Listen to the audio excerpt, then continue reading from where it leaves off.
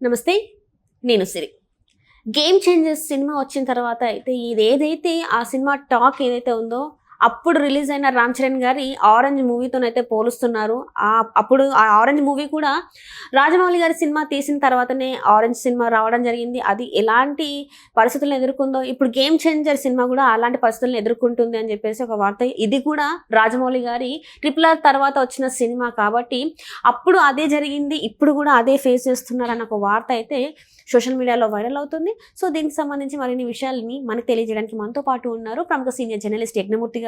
నమస్కారం సార్. నమస్తే శ్రీ. సార్, ఇప్పుడు చూస్తుంటే 'గేమ్ చేంజర్' మూవీ సంక్రాంతికి కానుకగా విడుదలైంది. కానీ ఆ సినిమా ఎప్పుడైతే విడుదలైందో అప్పటి నుంచి కూడా ఆ సినిమా టాక్ అంతగా అనుకున్నంత స్థాయికి రాలేదు. ఏదైతే 'ఆరెంజ్' సినిమా ఉందో దాంతో పోలుస్తున్నారు. అప్పుడు రాజమౌళి గారి సినిమా తీసిన తర్వాత 'ఆరెంజ్' సినిమా వచ్చింది. ఇప్పుడు రాజమౌళి గారి సినిమా తీసిన తర్వాత 'గేమ్ చేంజర్' వచ్చింది. సో రెండు కూడా అప్పుడు చేసింది ఇప్పుడు అయింది, మళ్ళీ సేమ్ రిపీట్ అయింది అన్నట్టుగా మాట్లాడుతున్నారు. సో దీన్ని అసలు మనం ఎలా చూడాలంటారు సార్? అదే ఇక్కడ కొంతమంది నిజంగానే అప్పటి సిచ్యువేషన్కి ఇప్పటి సిచ్యువేషన్ పోలుస్తూ 2 సార్లు కూడా రామ్ చరణ్ సబ్జెక్టుల ఎంపికలో తప్పు చేశాడు. అప్పుడు బొమ్మరేలు భాస్కర్ తోటి సినిమా చేయటం ఎలాంటి తప్పు చేశాడు అప్పుడు ఆ కథ ఎంచుకొని, 'ఆరెంజ్' కథను ఎంచుకొని, ఇప్పుడు కూడా శంకర్ డైరెక్షన్లో 'గేమ్ చేంజర్'ని ఆ సబ్జెక్ట్ ఎంచుకొని అదే తప్పు చేశాడు. అందుకనే 2 సినిమాలు కూడా ఒకే రకమైనటువంటి రిజల్ట్స్ వచ్చాయి అని చెప్పేసి రెండింటిని పోల్చి ఇప్పుడు మళ్ళీ చెప్తూ ఉన్నారు. ఇక్కడ సందర్భవశాత్తు ఏం జరిగింది, 2 సార్లు కూడా ఈ 2 సందర్భాలు కూడా రాజమౌళి సినిమాల తర్వాతే జరగటం కూడా ఒక రకంగా చెప్పాలంటే ఇది ఒక యాదృచ్ఛికమో లేకపోతే తలంపు అంటాం కదా, అలాంటిదే. 2 సార్లు అలాంటి సేమ్ రిజల్టే రావటం అనేది ఒక రకంగా చెప్పాలంటే రామ్ చరణ్ విషయంలో దురదృష్టకరమనే చెప్పాలి. అప్పుడు 'మగధీర' అనే సినిమా వెరీ సెకండ్ ఫిల్మ్ ఆయనకి, రామ్ చరణ్కి. 'చిరుత' లాంటి ఒక సినిమాతోటి అది ఒక మోడరేట్ సక్సెస్ అనుకోవాలి, పెద్ద హిట్ కాదు, అది ఒక మోడరేట్గా ఒక సక్సెస్ అయింది. కానీ అతని మీద రామ్ చరణ్ని రాజమౌళి ఊహించిన విధానం వేరే. అప్పుడు చాలామంది ఆశ్చర్యపోయారు. రాజమౌళి ఆయన్ని ఎంచుకోవటం, హీరోగా ఎంచుకొని 'మగధీర' లాంటి అంటే ఒక కాస్ట్యూమ్ డ్రామా ఆ తీయటం అనేది అసలు నిజంగా కరెక్ట్గా అతను ఆలోచన కరెక్ట్ అయినా రాజమౌళి ఏమైనా తప్పు చేస్తున్నాడా అని చాలామంది ఫీల్ అయ్యారు. కాదు, అతను కరెక్ట్గానే ఆలోచించాడని ఆ సినిమా రిజల్ట్ మనందరికీ కూడా తెలియజేసింది. 'మగధీర' అప్పుడు ఇండస్ట్రీ రికార్డు కూడా ఆ సినిమాది. సో అందరూ కూడా రాజమౌళి విజన్ చూసి, సో విజనరీ డైరెక్టర్ అని చెప్పేసి అతను అందరూ కూడా అప్పుడు కొనియాడారు. రామ్ చరణ్కి ఆ సినిమా 'చిరుత' రెండో సినిమాతోటే ఎంత బాగా చేశాడు అని చెప్పేసి మంచి అప్లాజ్ వచ్చింది. ఎందుకంటే అది ఎప్పుడో ఒక జానపదం అలాగే కాంటెంపరీ 2 మేళవించినటువంటి సినిమా. కాలభైరవ అనే క్యారెక్టర్లో కనిపిస్తాడు. మళ్ళీ తర్వాత ఇప్పుడు ప్రస్తుత కాలానికి సంబంధించినటువంటి నేటి తరం యువకుడుగా కూడా కనిపిస్తాడు. ఇలా 2 పార్శ్వాలు అంట, 2 కోణాలు ఉన్నటువంటి క్యారెక్టర్లో ఆ వేరియేషన్ చాలా బాగా చూపించాడు. ప్రత్యేకించి కాలభైరవ క్యారెక్టర్లో అతను నటించిన విధానం చాలామందిని ఆశ్చర్యపరిచింది. అరే, 2వ సినిమాకే ఇంత పరిణతి చూపించాడా అని. ప్రత్యేకించి అందులో షేర్ ఖాన్ క్యారెక్టర్లో చేసినటువంటి శ్రీహరి తోటి అతను ఫేస్ టు ఫేస్ చేసినటువంటి సన్నివేశాలు. షేర్ ఖాన్ ఒక్కరిని కాదు, ఒకేసారి 100 మందిని పంపించు అని చెప్పి అతను చెప్పేటువంటి ఆ డైలాగ్ కూడా అది ఎంత గంభీరంగా చెప్పాడు. అది బాగా అతనికి మంచి మైలేజ్ ఇచ్చింది. ఆ సినిమా తర్వాత 'ఆరెంజ్' అనే ఒక లవ్ స్టోరీని ఎంచుకున్నాడు. ఎందుకంటే మాస్లో విపరీతమైనటువంటి క్రేజ్ వచ్చిన తర్వాత ఆ వెంటనే చేసే సినిమా మీద అంచనాలు కూడా దానికి తగ్గట్టు ఉంటాయి. అందుకని అప్పుడు చిరంజీవి గారు కూడా ఏం ఆలోచించారంటే, అప్పుడు ఎక్కువగా రామ్ చరణ్కి సంబంధించినటువంటి కథలు ఆయనే వినేవాళ్ళు. కంప్లీట్ కాంట్రాస్ట్గా ఉండే కథను ఎంచుకుంటే నటుడిగా కూడా తనకి ప్లస్ అవుతుంది. మళ్ళీ అదే తరహా మళ్ళీ యాక్షన్ జోనర్లో సినిమా చేస్తే మళ్ళీ 'మగధీర'తో పోలుస్తారు. అలా పోలిక తేకూడదు, కంప్లీట్ కాంట్రాస్ట్గా ఉండాలని చిరంజీవి గారు కూడా భావించారు. అందుకని అవుట్ అండ్ అవుట్ ఒక లవ్ స్టోరీ, ఒక డిఫరెంట్ లవ్ స్టోరీ, అంటే న్యూ ఏజ్ లవ్ స్టోరీ అంటాం కదా, అది రెగ్యులర్గా వచ్చే లవ్ స్టోరీకి భిన్నమైనటువంటి కథ. పైగా భాస్కర్ కూడా బొమ్మరిల్లు అనే సినిమాతోటి అతను మంచి ఫామ్లోను ఫేమ్లోనూ ఉన్నాడు. అందుకని అతన్ని ఎంచుకొని ఆ సినిమా చేస్తే అది బాగా దెబ్బ కొట్టింది. ఆ సినిమాతోటి నాగబాబు ఎందుకంటే సొంత సినిమా, వాళ్ళ సొంత సినిమా అంజనా ప్రొడక్షన్స్ బ్యానర్ మీద చేసిన సినిమా. అప్పటిదాకా తాను సంపాదించుకున్న డబ్బు మొత్తం ఆ సినిమాలో పెట్టేసేసాను, ఇంకా అప్పులు కూడా చేసి ఆ సినిమా వల్ల అప్పులు పాలయ్యాను, ఆత్మహత్య కూడా చేసుకోవాలని అనిపించింది అని నాగబాబు ఆ తర్వాత కాలంలో ఇచ్చిన స్టేట్మెంట్ మనం చూసాం.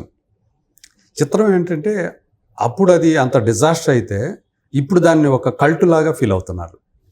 అది నిజానికి ఆ టైంలో రిలీజ్ అవ్వాల్సిన సినిమా కాదు, ఇప్పుడు రిలీజ్ అయితే బాగుండేది, జనం దాన్ని బాగా ఆదరించేవాళ్ళు అని అనేవాళ్ళు ఉన్నారు.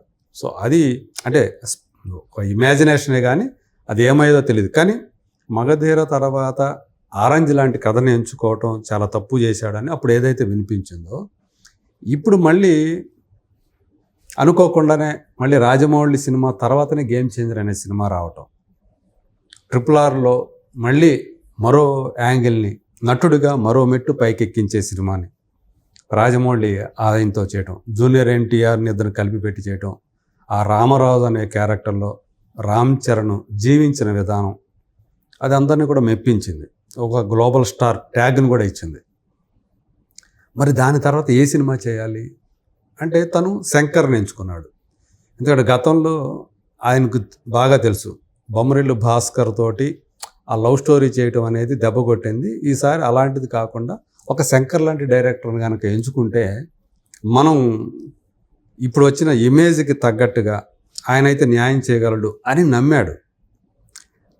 మోర్ ఓవర్ ఈ సబ్జెక్ట్ మీద ఎక్కువగా ఆయన కాన్సన్ట్రేషన్ కూడా పెట్టినట్టు, పెద్దగా దృష్టి పెట్టినట్టు అనిపించాల. ఎందుకంటే శంకర్ని నమ్మటం వల్ల వచ్చినటువంటి చిక్కు అనుకుంటా ఇది. సో తను చూసుకుంటాడులే, తను నన్ను ఎలా చూపించాలి ఏంటి అనేది. ఎందుకంటే శంకర్కు ఉన్నటువంటి రాజమౌళి ఎలాంటి దర్శకుడు, ఇంకా రాజమౌళి కంటే ముందే అంత గొప్ప దర్శకుడిగా పేరు పొందినటువంటి వ్యక్తి శంకర్. అంటే ఇండియన్ 2 అనే సినిమా ఫ్లాప్ అవ్వచ్చు, కానీ దానికి ముందు ఆయనకున్నటువంటి ఆయన కెరీర్ ఏదైతే ఉందో, ఆయన తీసిన సినిమా లిస్ట్ ఏదైతే ఉందో అది ఎవరినైనా టెంప్ట్ చేస్తుంది. పైగా దేశంలోనే one of the top directors కదా, కాబట్టి అతను గుడ్డిగా నమ్మేసి చేసేసాడు. అదే దెబ్బ కొట్టింది. ఆ కథ అందులో అనేకమైనటువంటి సీన్లని క్రింజ్ సీన్స్ అని చెప్పేసి ట్రోల్ అవటం, చాలామంది ట్రోల్ చేయటం, అది సేమ్ రిజల్ట్ మళ్ళీ అప్పుడు ఏదైతే ఆరెంజ్కి వచ్చిందో అలాంటి రిజల్టే ఈ సినిమాకి రావటం. దిల్ రాజుని నమ్ముకున్నటువంటి డిస్ట్రిబ్యూటర్లు అందరూ కూడా మునిగిపోయే పరిస్థితి రావటం. కాకపోతే అప్పుడేంటంటే ఆ సినిమాని నమ్ముకున్న డిస్ట్రిబ్యూటర్లు మునిగిపోయారు, మళ్ళీ తేలలేదు. ఇక్కడ ఏం జరిగిందంటే సేమ్ డిస్ట్రిబ్యూటర్లే సంక్రాంతికి వస్తున్న అనే సినిమాని కూడా కొనడం వల్ల అందులో నష్టపోయినప్పుడు సేమ్ ప్రొడ్యూసర్ నుంచి. సో అందులో నష్టపోయినప్పటికీ కూడా ఇబ్బంది పడకుండా మళ్ళీ సంక్రాంతి వస్తున్న సినిమా గట్టెక్కించడం వల్ల బతికిపోయారు అనుకోవాలి. ఇప్పుడు ఇంకొక పరీక్ష ఈ సినిమా ముందు ఉంది. రేపు 7వ తేదీ ఈ సినిమా OTTలో రిలీజ్ అవుతా ఉంది, అమెజాన్ ప్రైమ్లో. ఆల్రెడీ థియేటర్లోనే చాలా ట్రోలింగ్ గురైనటువంటి ఆ పాటలకు కానివ్వండి, అలాగే కొన్ని సీన్లకు కానివ్వండి, బాగా ట్రోలింగ్ గురైంది కదా. ఇంకా OTTలోకి వస్తే ఇంట్లోనే కూర్చొని చూసుకొని, ఇక మనకు తెలుసు కదా OTTలో ఏ సీన్కి ఆ సీను విడమర్చి చెప్పి ట్రోల్ చేయటం, సీన్లే పెట్టేసుకొని దాన్ని పోస్ట్ చేసేసి వాటి మీద ఇందులో ఉన్నటువంటి క్రింజ్ సీన్స్ ఏవైతే ఉన్నాయో అవి మళ్ళీ మరింతగా ఇప్పుడు సోషల్ మీడియాలో అవి పాపులర్ అవుతాయి, మళ్ళీ మీమ్స్ ఇంకా పెరుగుతాయి అనేటువంటి ఒక రకమైనటువంటి భయం కూడా ఇప్పుడు మెగా ఫ్యాన్స్లో, రామ్ చరణ్ ఫ్యాన్స్లో కనిపిస్తుందని చెప్పాలి. మరి ఈ 7వ తేదీ వచ్చేది కూడా థియేటర్కల్గా వచ్చినప్పుడు కనిపించేటువంటి ట్రోలింగ్ వేరు, OTTలోకి వస్తే వచ్చేటువంటి ట్రోలింగ్ వేరు. మరి రేపు పొద్దున ఆ ట్రోలింగ్కి రామ్ చరణ్ ఆయన ఫ్యాన్స్ కూడా, ఎందుకంటే ఎప్పుడు మనకి అపోజిషన్ పార్టీ చాలా బలంగా ఉంటుంది కదా ఎప్పుడు కూడా సోషల్ మీడియాలో. సో ఈ అపోజిషన్ ఫ్యాన్స్ నుంచి ఆ రకమైనటువంటి మీమ్స్ కానీ ట్రోలింగ్ కానీ వీళ్ళందరూ కూడా ఎదుర్కోవాల్సి వస్తుందేమో మేమంతా అని వాళ్ళు రకమైనటువంటి ఆందోళన ఉన్నారని చెప్పాలి. మరి రేపు ఏం జరుగుతుంది, నిజంగా OTTలో కూడా థియేట్రికల్ ఆ రిజల్టే రిపీట్ అవుతుందా, లేకపోతే OTTలో జనాలకి ఏమైనా నచ్చుతుందా అనేది మనం చూడాల్సి ఉంది. Right sir, right. Thank you so much sir. Thank you.